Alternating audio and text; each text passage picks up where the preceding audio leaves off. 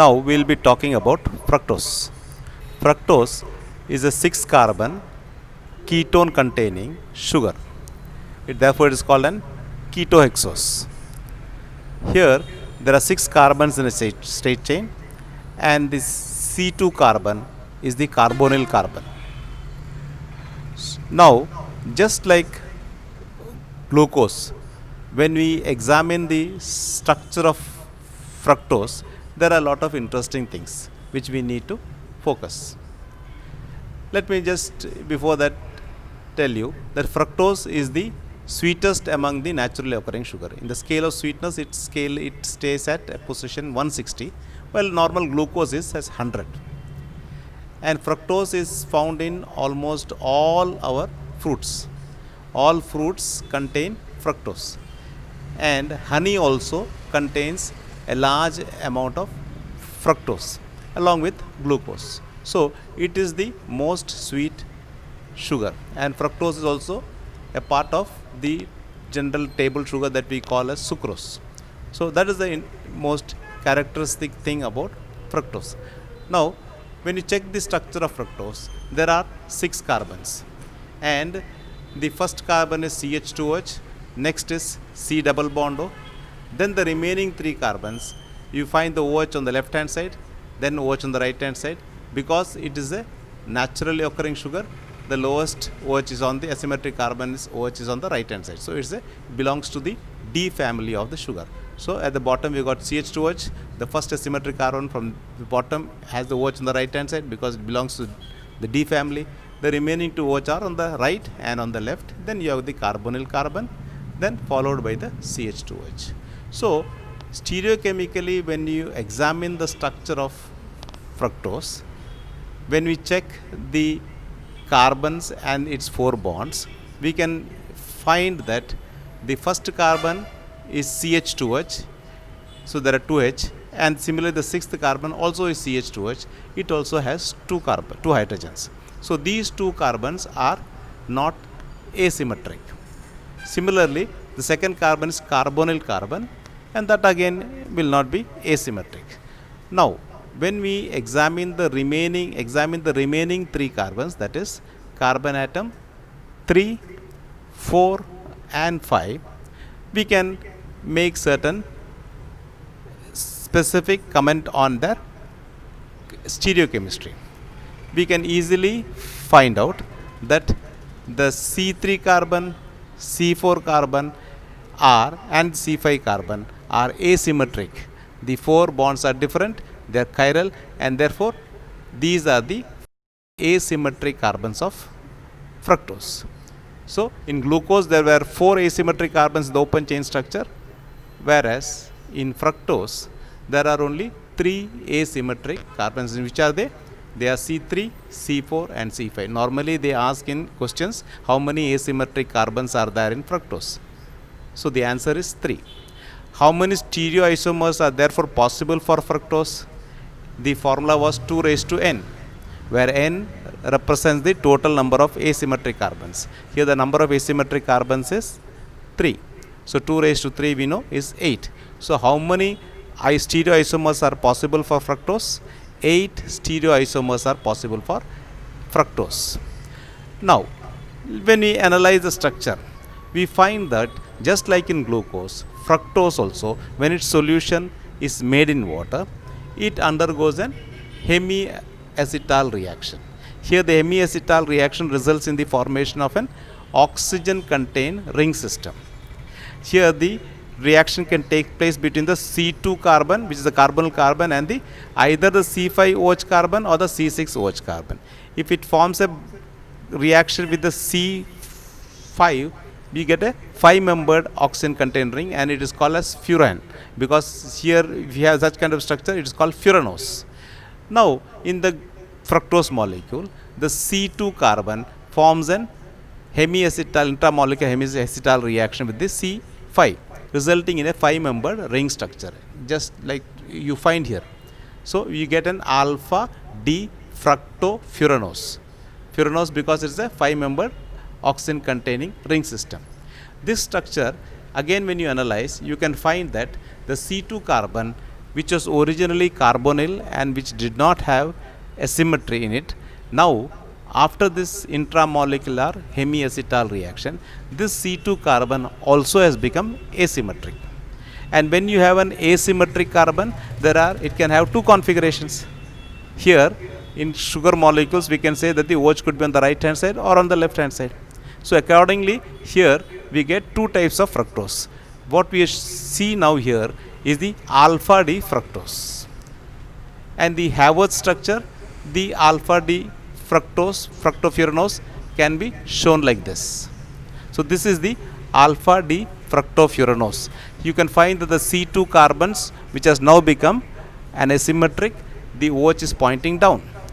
Just like in the case of alpha glucose, here also the C2 newly formed anomeric carbon is C2, and that C2 has the OH pointing down. Whereas in the beta anomer, the same OH configuration will be on the top. So we get two types of fructose, the alpha D fructose and the beta D fructose. The difference is in the stereochemistry of the anomeric carbon. Which is the anomeric carbon here? The C2 carbon is the anomeric carbon.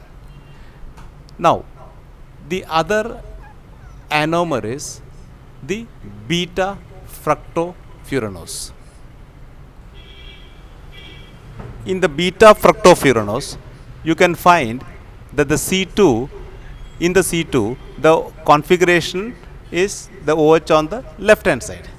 As you can see here, it is on the opposite side. In the Haworth structure, you can say that the OH group in alpha D fructofuranose, it is pointing down, whereas here in the Haworth structure, the beta D fructofuranose, the same OH will be pointing up. So the anomeric carbon here, the OH is pointing up. So this is the beta D fructofuranose. Now in beta D fructofuranose, the difference is only with respect to the anomeric carbon. All other configurations are same, just like in the alpha D fructofuranose. This is the difference between alpha D fructofuranose and beta D fructofuranose. So these two anomeric forms are possible after the hemiacetal reaction. Now we can talk about sucrose. Sucrose is a disaccharide. Sucrose is the normal sugar that we use at home. It is made up of a molecule of glucose and a molecule of fructose.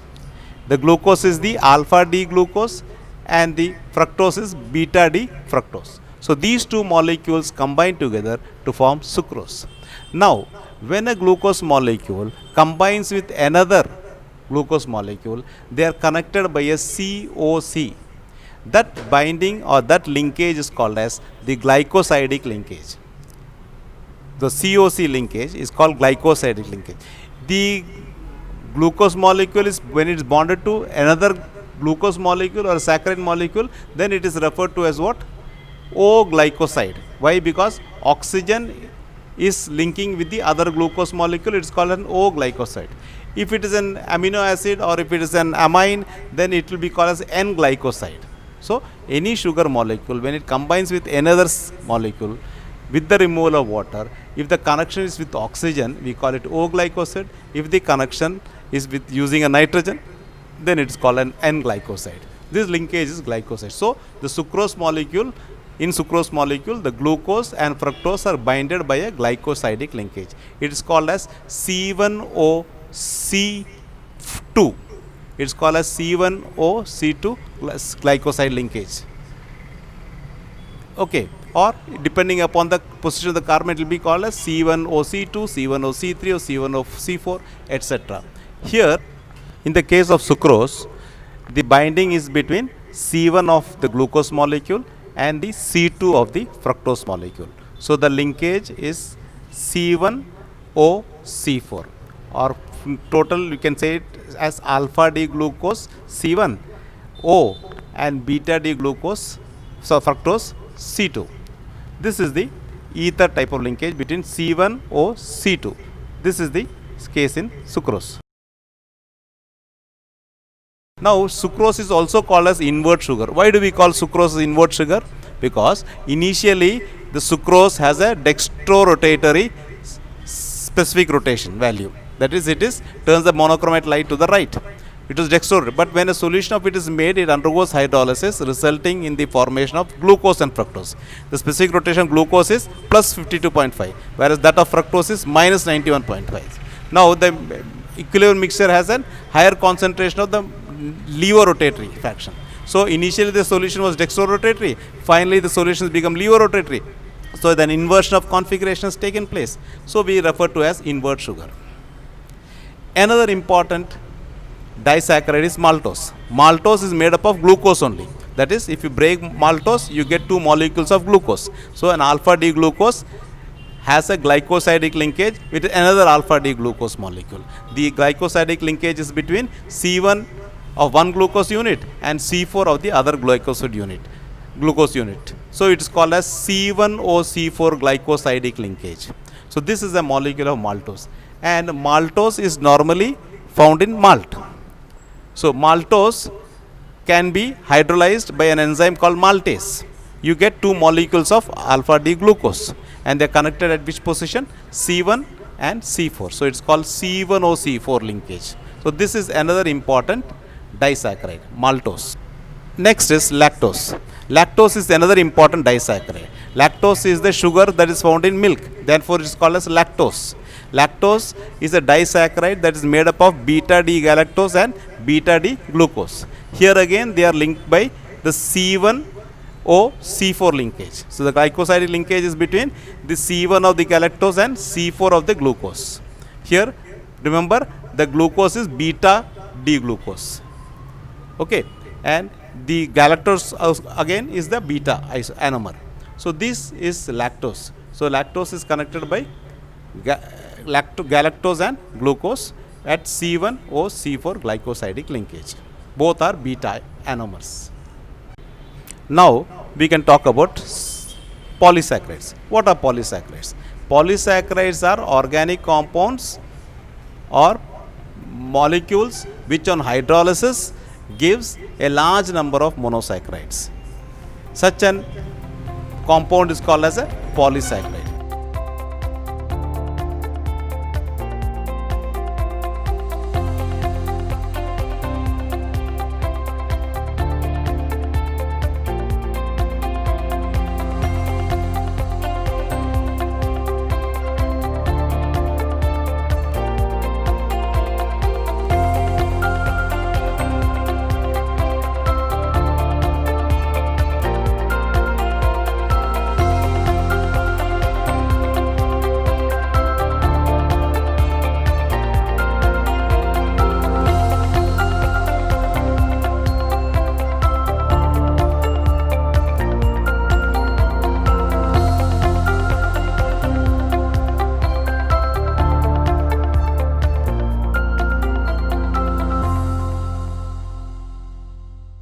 The most simplest example of polysaccharide is starch and cellulose. Starch, all of us know, is what we generally eat. In all our food material, we have got lots of starch.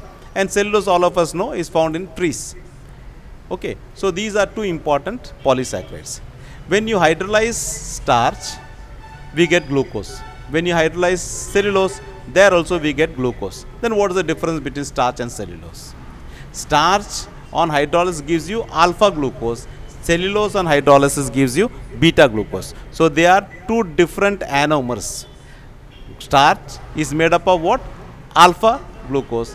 Cellulose is made up of beta glucose. Next, starch, when you dissolve starch and keep it for some time, you find that a large quantity of the starch comes down, settles down. And this settling down starch and the top supernatant liquid, that again contains a dissolved starch. So there are two types of starch. Starch which are soluble in water and starch which are insoluble in water. Starch that is soluble in water is amylose, and it constitutes 20% of the actual starch. And the starch that is insoluble in water is called as amylopectin. It's almost 80% of the starch. What's the difference between amylose and amylopectin? Amylose is made up of alpha glucose, and the glycosidic linkage is between C1 of one glucose molecule and C4 of the other glucose molecule, and the glycosidic linkage is alpha C1O alpha C4. So you get a long chain. Whereas amylopectin is C1O C4, just like in amylose. In addition to it, you can find that there is an C1O C6 linkage. So there is a large amount of cross linking. So amylose was having only C1O C4. Amylopectin now has C1O C4 as well as C1O C6. So this cross linking results in its losing its solubility in water. So that is the difference between amylose and amylopectin. Amylose was only C1O C4. Amylopectin contains C1O C4. You can find the linkage there. That is, the C6 is connected to the C1 of the another chain, and that alpha link you can find is called the C1O C6. So this makes it water insoluble. So that is the difference between amylose and amylopectin. You can find very clearly one alpha link is between C1 and C4, the other alpha link is between C1 and C6. Both are glycosidic linkages connected by oxygen. Cellulose is the next important polysaccharide. Cellulose is found in all plants, and the trunk of all plants is made up of cellulose. Here cellulose is binded together by a natural gum called lignin.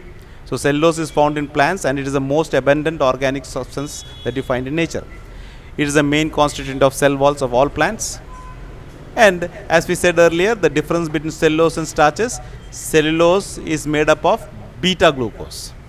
And you can find in the structure that the linkage is between the C1 and C4. And it is the beta glucose. So beta C1O beta C4. So this glycosidic linkage is crossed. Whereas there, in the case of starch, it was in the lower. Now it is going cross. So this is the reason why the cellulose cannot be assimilated by us, because in our body we do not have enzymes that can assimilate or break down beta C1O beta C4 linkages. That's the reason why we are unable to assimilate cellulose. Now this is the interesting difference between starch and cellulose. The most important natural source of cellulose is the tree trunk, or the main material found in the tree, which gives it the strength and the support. The another important, the purest form of cellulose is cotton.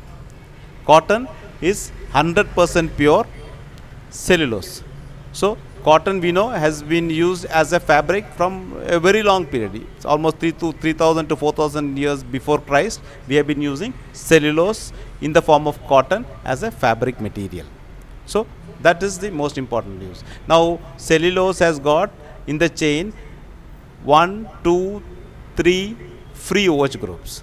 So these three OH groups can be blocked by making it to undergo esterification.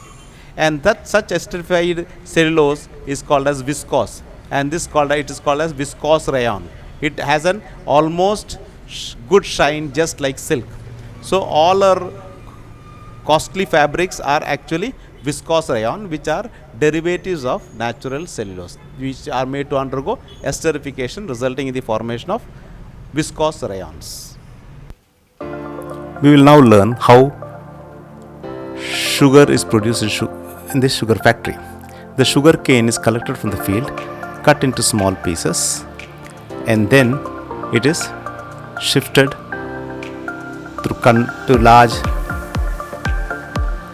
containers into a machine which will shred the sugar cane into smaller pieces, and this is then fed into large tanks where under heat the sugar cane pieces are crushed between large cylinders under pressure to remove all the juice from it.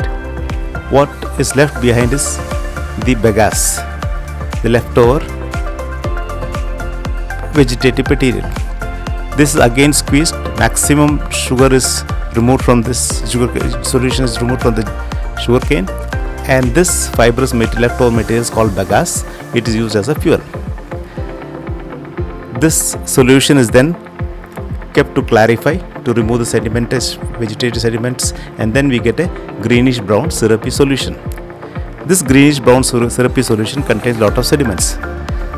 This juice is then filtered in the laboratories and clarified, allowing it to settle sediment, and the clear solution so collected is then tested in a colorimeter, where the concentration of the sugar is measured. So it is tested in a colorimeter to find out the concentration of the sugar. After this solution is sprayed down through a 10-meter long tower. From the bottom, sulfur dioxide gas is passed. This process is called as sulfitation. Here bleaching takes place and it becomes slightly acidic, and therefore to adjust the pH to this, lime is added. So lime is added to maintain the pH, to make it alkaline, and this is continuously swirled for almost 6 hours, and this process is called as alkalization, and this will adjust the pH and it will clarify the solution, and the brown colored solution now becomes slightly pale yellow. This juice is then sent into large clarifier tanks. In this yellowish solution in the clarifier tanks also undergoes sedimentation. It takes 2 hours for the compounds to settle down. These vegetative material actually it will settle down. You can see this, the brown solution is left free, and then after some time these vegetative materials start settling down. The sample shows how the sludge settles down at the bottom of the clarifier tanks, and we get a clarified juice at the top. Then it is filtered. The residues is scraped and collected, which goes off and it's used as a fertilizer. There is no waste. This cake can be used as a fertilizer for the same sugarcane farms. The bagasse that is obtained can be used as a fuel and is also used for manufacture of paper and cardboards. This clarified juice is collected from the clarifier and it is then allowed to boil under pressure in another tank called evaporizer. The concentration of the sugar solution is then made, and this it is further clarified, wherein the sediments starts floating on the top. The rotating paddles skims the sediments from the top of the tank, which is expelled from the sides. The thick syrupy leftover sugar solution is made to undergo crystallization. So this syrupy sugar solution contains molasses also. For crystallization to take place, here a saturated solution of sucrose is added, suspended in alcohol. This the sucrose so added will initiate the crystallization. This is boiled and the water gets evaporated out of it. The formation of the crystals is continuously checked and ascertained. Here you have the sugar as well as the molasses. Molasses is the uncrystallizable part of the sugar solution. So only 70% of it gets crystallized, around 25 to 30% remains uncrystallized, and this is called as molasses. And this is saturation of this solution is made, and this is again transferred to a centrifuge. In the centrifuge, the speed of the centrifuge is around 1200 cycles per minute, wherein the molasses gets ejected, leaving behind the crystalline sugar in the middle.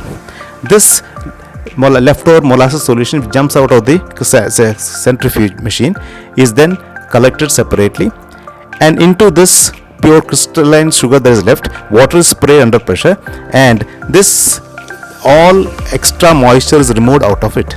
Inside the centrifuge, it spins just like the washing machine, wherein the water in the spin dryer is just the water gets ejected when continuously it is swirled at very high speed of 1200-1500 revolutions per minute. In this high speed, all the crystalline sugar gets collected in the middle and the water is ejected out of it, and this results in the formation of crystalline sugar. This crystalline sugar is collected and marketed.